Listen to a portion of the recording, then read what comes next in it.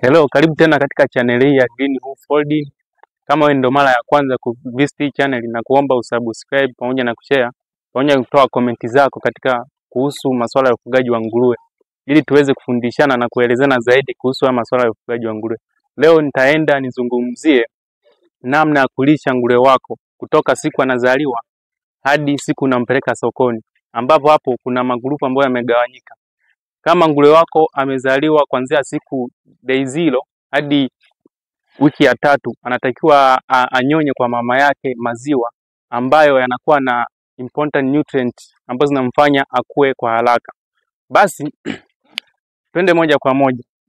Siku ya kwanza, siku 0 hadi wiki ya 3, mruhusu piglet wako au mtoto wa nguruwe anyonye kwa mama yake. Ifikapo wiki ya 4 hadi kuanzia wiki ya 3 kwenda ya 4, nguruwe wako basi utakuwa unampa chakula ambacho chakula tunakiita ni winner au starter. Hicho chakula kinatakiwa kwa nguruwe tu ambaye ametoka kunyonya kwa mama yake, sio kwa nguruwe wale ambao ni wakubwa.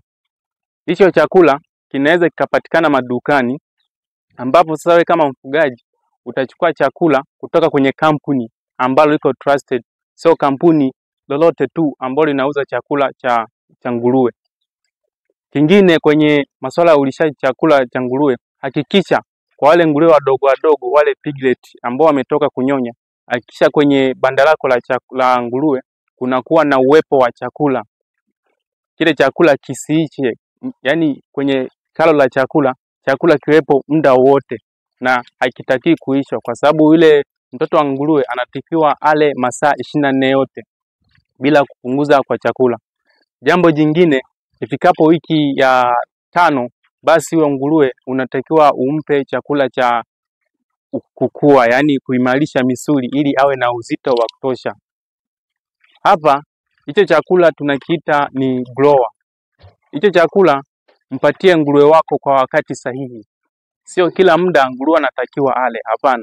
Kwa umri aliyofikia wiki 5 na kuendelea, nguruwe atapewa chakula cha grower ili kuimarisha ile misuli na kufanya mwili wake ukue kwa haraka. Hapa we mfugaji unatakiwa utenge muda wako sasa. Ni muda gani ambao unampatia nguruwe wako chakula? Ni muda gani nguruwe wako anatakiwa ale? Na kiasi gani cha chakula ambao unatakiwa umpatie? Kwa mfano mimi hapa, nguruwe wangu ambao wana umri mmoja na umri wa miezi 8, wengine hawana umri wa miezi 5, au mmoja na umri wa miezi 6 ambao amefikisha muda sio mrefu miezi 6. Mimi natumia kilo 1 kwa kila mlo. Yani asubuhi nawapatia kilo 1 ya chakula ambacho nimechanganya mwenyewe, alafu najiona nampatia kilo 1. Kwa ujumla nawapatia nguruwe kilo 2. Nguruwe mmoja anakula chakula kilo 2. Hapa tunaangalia ulishaji wa quality, sio quantity. Tunaangalia quality. Mtu mwingine anaweza akasema kwamba kwa nini mimi nguruwe wangu wanakula sana na wapa hicho chakula? Kwani hicho chakula kinaweza kikatosha? Ndio kinatosha.